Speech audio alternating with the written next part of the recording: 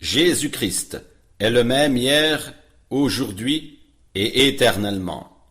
Hébreux 13:8. Lettre circulaire, novembre 1973.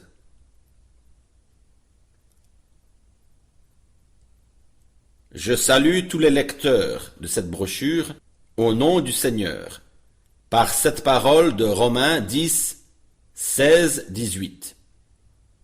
Mais tous n'ont pas obéi à la bonne nouvelle. Aussi, Ésaïe dit-il, « Seigneur, qui a cru à notre prédication ?» Ainsi, la foi vient de ce qu'on entend, et ce qu'on entend vient de la parole de Christ. Mais je dis, n'ont-ils pas entendu? Au contraire, leur voix est allée par toute la terre, et leur parole jusqu'aux extrémités du monde. Chaque message envoyé par Dieu se répand sur toute la terre. Déjà, dans son ordre de mission, le Seigneur Jésus a dit « Allez par tout le monde ». La responsabilité de publier un message divin n'est pas limitée à un pays ou à un peuple. Chaque réveil d'importance historique s'est étendu sur toute la terre. Bien que la Réformation eût commencé en Europe, la publication de son message atteignit, en son temps, le monde entier. C'était une intervention divine par laquelle les portes romaines s'ouvrirent pour laisser s'échapper les âmes de la grande prison. Ces personnes furent libérées de la crainte et de l'esclavage spirituel, et elles purent elles-mêmes lire la Bible et prier Dieu. Elles reconnurent que le Seigneur, devant qui elles avaient vécu dans la peur et l'épouvante, était un Dieu d'amour, plein de grâce et de miséricorde. C'était une visitation de la grâce de Dieu. Des messagers s'en allèrent dans le monde entier pour rendre témoignage de ce que Dieu avait fait en leur temps. C'est ce qui arriva également lors du réveil suivant. De celui-ci sortirent certaines confessions de foi, et, que ce soit l'Église protestante ou autres églises, elles eurent toutes une influence mondiale. Dans tous les pays, nous trouvons des méthodistes, baptistes, salutistes, pentecôtistes, etc. Chaque confession de foi s'en tient à certaines doctrines et conserve un certain climat qui lui est particulier. C'est ainsi que chacune d'elles a ordonné d'une façon uniforme le cours du culte. Du point de vue humain, il n'y aurait rien à redire à cela. Cependant, quelle place reste-t-il pour l'action du Saint-Esprit dans l'Église?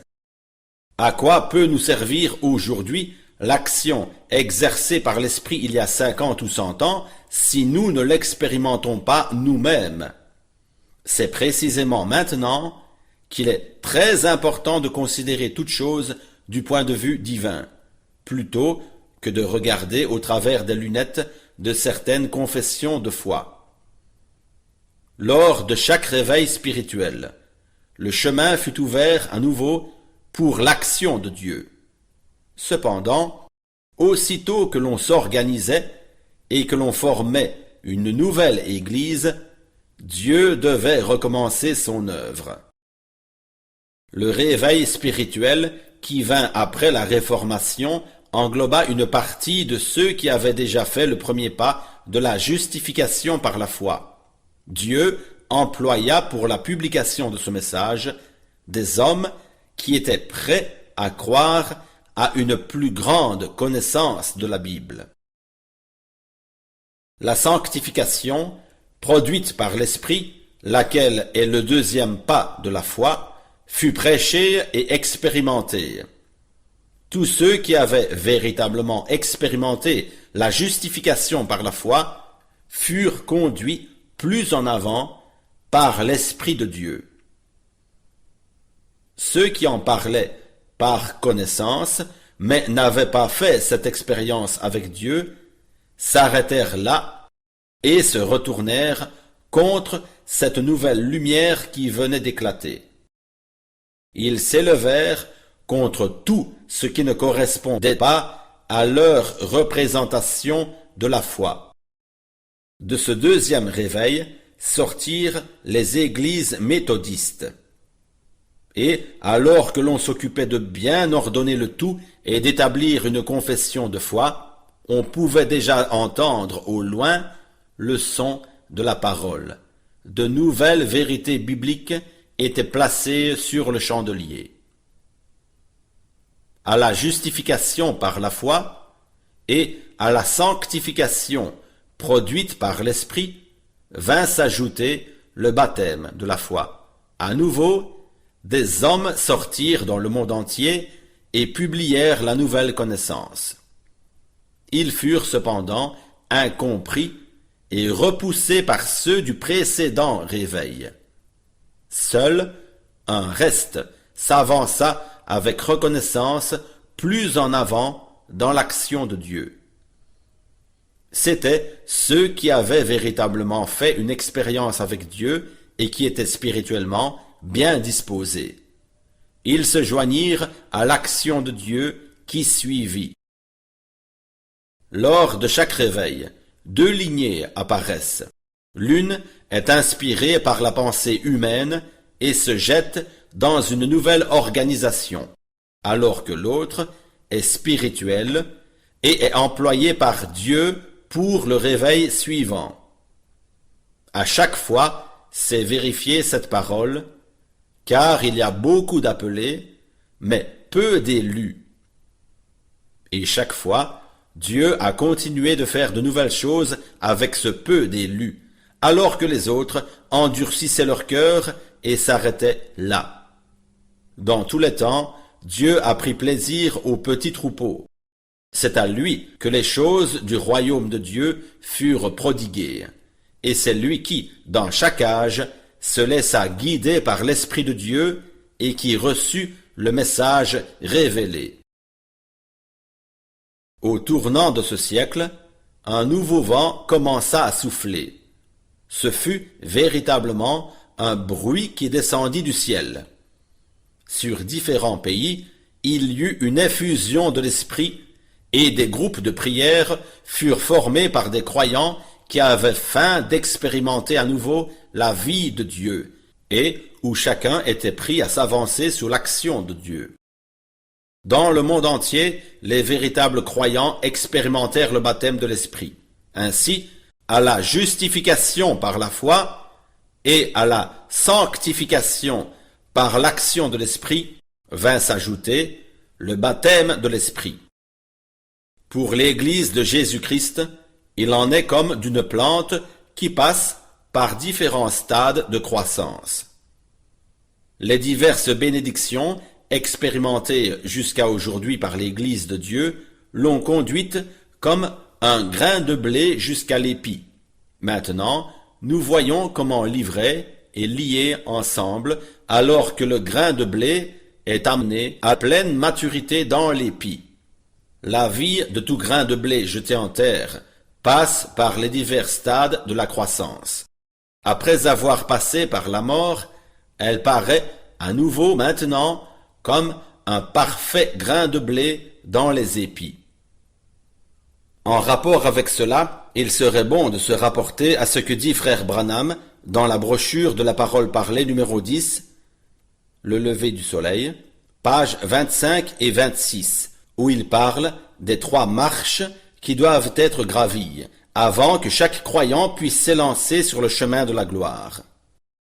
Il parle d'une sœur en Christ qui voulait marcher sur cette sainte voie, mais qui se refusait à gravir les 3 marches de la foi, de la justification, de la sanctification et du baptême de l'Esprit. Elle chuta dans ce chemin et tomba dans l'abîme en poussant des cris horribles. Chers frères et sœurs dans le Seigneur, nous savons que frère Branham a insisté sur l'importance pour le croyant de recevoir le Saint-Esprit. Il a souvent parlé de cela à des personnes du plein évangile qui prétendaient avoir reçu l'Esprit sans toutefois vouloir se laisser guider par lui dans toute la vérité. Ils exerçaient les dons de l'Esprit et voulaient prouver par cela que Dieu était avec eux, bien qu'ils ne crussent pas la parole révélée. Il devait leur dire que, dans ce cas, même le baptême de l'Esprit ne leur servirait à rien. Le chemin de Dieu conduit le croyant à travers la justification, la sanctification et le baptême de l'Esprit. Chaque croyant doit expérimenter ces trois événements avant de pouvoir fouler la sainte voie des rachetés. La parole de Romains 5,10 est toujours valable. Étant donc justifiés par la foi, ainsi que celle d'Hébreux 12,14.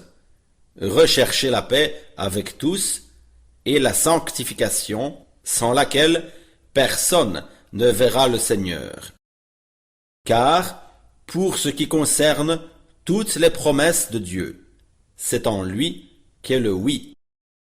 C'est pourquoi encore l'Amen par lui est prononcé par nous à la gloire de Dieu.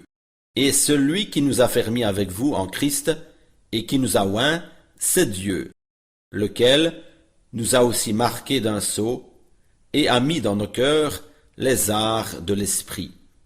2 Corinthiens 1, 20-22. En tant qu'enfants de Dieu obéissants, nous croyons et nous vivons spirituellement de chaque parole qui sort de la bouche de Dieu. Celui qui veut arriver aux portes de perles doit croire, comme l'Écriture nous l'enseigne. Il ne suffit pas aujourd'hui de reconnaître l'action de Dieu dans les temps passés, mais nous devons voir l'achèvement de son œuvre. La fin est proche, le temps de la moisson est venu. Jean-Baptiste dit de notre Seigneur Jésus-Christ, « Il a son vent à la main. Il nettoiera son aire, et il amassera le blé dans son grenier. Mais il brûlera la paille dans un feu qui ne s'éteint point. » Luc 3, 17. Je me sens conduit à vous raconter à nouveau une révélation divine que je n'oublierai jamais. Je fus subitement transporté par l'Esprit en plein air et placé au bord d'un champ de blé mûr. Je vis aussitôt une moissonneuse batteuse placée devant moi, et j'entendis une voix me disant « Personne n'a encore utilisé cette moissonneuse batteuse. C'est à toi qu'elle est destinée, car tu dois rentrer la moisson. » L'instant d'après, je vis que de terribles nuages noirs couvraient le ciel et que la pluie menaçait. Je dis, Seigneur, c'est trop tard. Cela ne sert à rien de commencer, car le jugement commence à tomber. Lorsque j'eus prononcé ces paroles d'un cœur triste et étreint par l'émotion, il se passa quelque chose de merveilleux. Soudain, le soleil perça les nuages sombres et apparut dans toute sa force et sa majesté. La lumière qui descendait au travers de cette déchirure des nuages n'éclairait que le champ de blé doré. Aussitôt, je mis en marche la moissonneuse batteuse, je remuai les leviers, et déjà elle démarrait. Je commençai à récolter la moisson, et, tout en travaillant, je levais de temps en temps la tête pour surveiller les nuages noirs. Après que j'eus terminé de faucher la dernière bande du champ de blé, et que je fus revenu à mon point de départ, l'ouverture dans le ciel se referma, et un terrible orage éclata. Il me semblait que c'était comme si toute la colère de Dieu était déversée sur la terre. Cependant, la récolte était rentrée, et l'œuvre accomplie. Nous reconnaissons que le temps du jugement s'approche. Les élus, les véritables grains de blé, seront unis à Christ, le chef, lui qui fut comme un grain de blé jeté en terre, qui mourut, ressuscita et porta beaucoup de fruits. L'ivraie apparaît elle aussi et s'unit à l'Antichrist. Ce sont les personnes qui parlent volontiers de Christ et de la parole de Dieu, mais qui croient leur propre interprétation. Ils confondent le mensonge avec la vérité, et Dieu leur envoie une énergie qui les fait croire l'erreur. Les vrais croyants retournent à l'enseignement des apôtres et s'en tiennent uniquement au « ainsi dit le Seigneur » de la parole de Dieu infaillible. Les véritables disciples de Jésus s'en tiennent à la parole qui sort de Jérusalem, alors que les autres se tournent vers ce qui vient de Rome. Beaucoup se glorifient des bénédictions spirituelles, bien qu'ils se trouvent dans le camp de l'Antichrist. Ils n'ont pas compris la parole de l'Écriture qui dit « Il fait pleuvoir sur les justes et sur les injustes » Matthieu 5, 45. Il n'y a jamais eu un temps semblable dans lequel cette parole s'est accomplie aussi clairement et où tout est apparu de façon aussi sordide. Beaucoup ont déclaré que l'action de l'Esprit et les dons du Saint-Esprit étaient du diable, et maintenant, il apparaît qu'ils reçoivent aussi la même pluie. Jésus déclara qu'il pleuvait également sur les justes et sur les injustes. La pluie, en elle-même, ne signifie rien, cela dépend uniquement de la semence qui se trouve dans le fond du cœur. C'est pourquoi, précisément en ce temps, nous avons besoin du discernement par le Saint-Esprit. La question n'est pas de savoir si la pluie spirituelle est venue sur nous, mais bien de savoir ce qui en est résulté. Si nous sommes la semence de Dieu, nous accepterons alors l'action de Dieu pour notre temps, et nous reconnaîtrons ce que Dieu fait conformément à sa parole. La parole d'Hébreux 6 nous parle de personnes qui ont été éclairées, qui ont goûté le don céleste, qui ont eu part au Saint-Esprit, qui ont goûté la bonne parole de Dieu et les puissances du siècle à venir, crucifiant pour leur part le Fils de Dieu et l'exposant à l'ignominie. Il est impossible qu'elle soit encore renouvelée et amenée à la repentance. Si quelqu'un nous dit aujourd'hui qu'il a été éclairé, qu'il a goûté au don céleste, et qu'il a part au Saint-Esprit, qu'il a goûté à la bonne parole de Dieu et aux puissances du siècle à venir, nous pourrions penser qu'un tel homme est particulièrement béni et élu du Seigneur. Cependant, il est écrit plus loin dans ce chapitre, « Lorsqu'une terre est abreuvée par la pluie qui tombe souvent sur elle, et qu'elle produit une herbe utile à ceux pour qui elle est cultivée, elle participe à la bénédiction de Dieu. Mais si elle produit des épines et des chardons, elle est réprouvée et près d'être maudite, et on finit par y mettre le feu. » C'est une sérieuse parole d'exhortation pour le croyant de ce temps, et cela doit le conduire à s'éprouver lui-même. Qu'est-ce que la pluie de la bénédiction a-t-elle donc fait naître dans notre vie? Voyage missionnaire. Pologne. Par la grâce de Dieu, il nous a été accordé de vivre des jours inoubliables avec les frères et sœurs de Pologne. Il régnait une grande joie lorsque nous rendions témoignage de ce que nous avions vu de nos propres yeux lors des réunions bénies de frère Branham. Tous ceux qui habitent dans les pays de l'Est et qui n'ont pas la possibilité de participer au développement spirituel de ce temps ressentent comme un grand privilège d'entendre parler maintenant de ce que Dieu a fait dans notre génération. Tchécoslovaquie. En Tchécoslovaquie également, nous avons éprouvé une grande joie à revoir les frères et sœurs. Par les émissions de la radio, le message de la fin des temps est porté bien au-delà de nos frontières. Et dans les pays de l'Est européen, il y a aussi un puissant réveil parmi les croyants. Les élus ont reconnu ce que Dieu fait dans notre temps et de quelle manière il prépare les siens pour le retour de Jésus-Christ. Autriche. C'est avec beaucoup de reconnaissance que nous nous souvenons des réunions richement bénies en Autriche. Le Seigneur a parlé aux siens d'une manière puissante par sa parole et son esprit.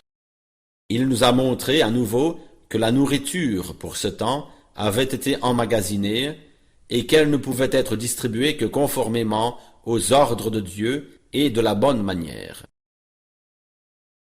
Travail missionnaire. De différents pays nous parviennent des nouvelles de frères auxquels le Seigneur a mis à cœur de traduire dans leur langue les prédications de frère Branham et de les publier. Le travail de traduction et d'impression est fait avec un plein dévouement et un esprit de sacrifice désintéressé. Belgique. Nous sommes réjouis du fait que, maintenant, frère Vaness a sa propre presse offset et de ce qu'il peut couvrir les besoins en brochures pour la partie de la Belgique de langue flamande, ainsi que pour les Pays-Bas. Nous lui souhaitons, ainsi qu'à ceux qui travaillent avec lui, la bénédiction du Dieu Tout-Puissant. Norvège. Frère Johansson et frère Larsson veillent à ce que le message des derniers temps soit traduit et imprimé en langue norvégienne. Frère Johansson porte la responsabilité de sa propre imprimerie, et Dieu l'a béni et employé d'une manière toute particulière.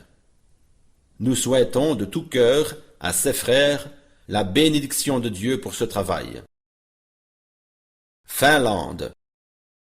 Lors de mon séjour en Finlande, nous avons également pu acheter une presse offset afin que les prédications traduites en finlandais puissent être imprimées.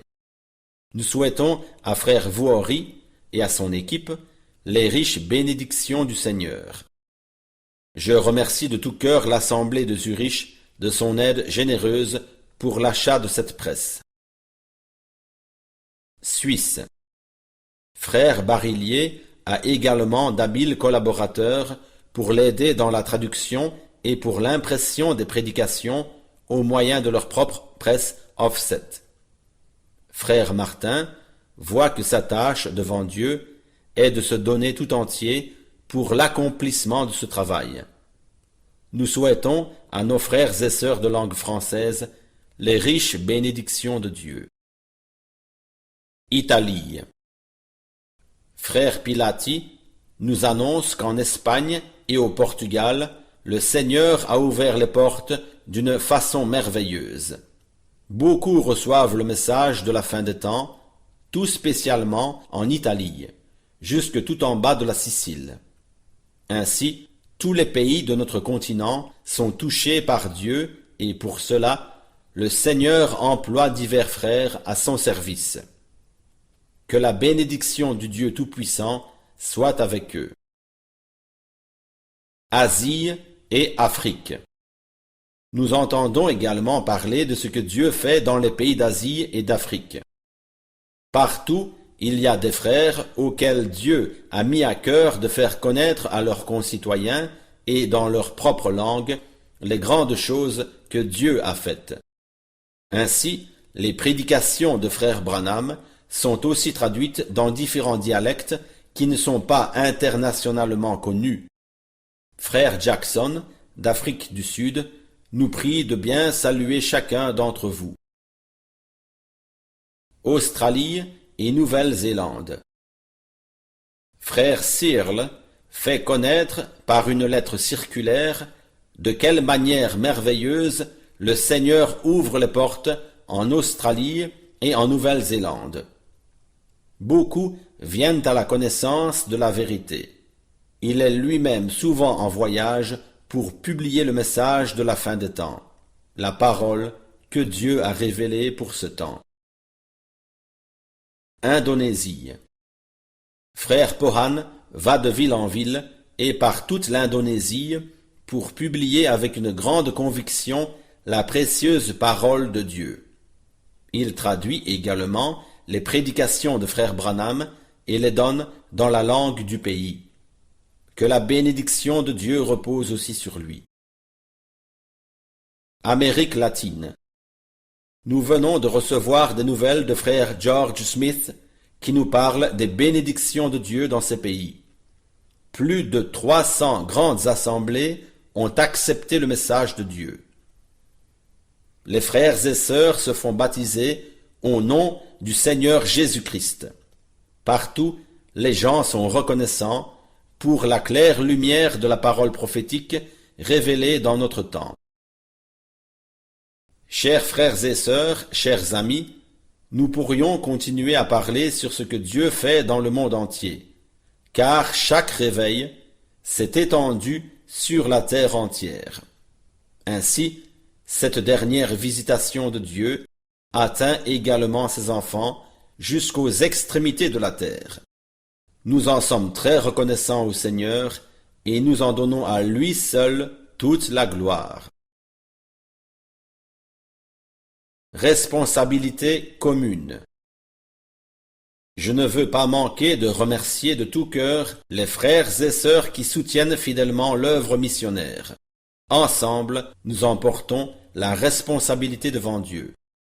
Nous savons que le temps est mesuré et que maintenant, il ne s'agit pas d'amasser des trésors sur la terre, mais bien de faire tout ce que nous pouvons pour que beaucoup puissent entendre ce précieux message de Dieu et par cela venir à la connaissance de la vérité et être préparés pour le jour du retour de Jésus-Christ. Que la bénédiction du Dieu Tout-Puissant repose d'une manière toute particulière sur ceux qui placent l'œuvre de Dieu à la première place et se trouvent réellement derrière elle pour la soutenir. Vous avez, par vos prières et votre soutien, la même part à ce travail que ceux qui s'en vont pour annoncer la parole. Par vos dons, il nous a été possible de soutenir, en temps utile, des missionnaires dans différents Par vos dons, il nous a été possible de soutenir, en temps utile, des missionnaires dans différents pays en leur faisant parvenir $50 par mois. En outre, nous avons aidé les frères à établir des presses et à acheter des véhicules afin que, de diverses manières, le message du temps de la fin soit diffusé. Par vos sacrifices, il a été possible de rayonner par les émissions de la radio, afin que ceux qui ne vivent pas dans la liberté, comme nous, puissent aussi entendre ce message. Que le Seigneur récompense chacun selon les richesses de sa grâce. Agissant de la part de Dieu, frère Franck.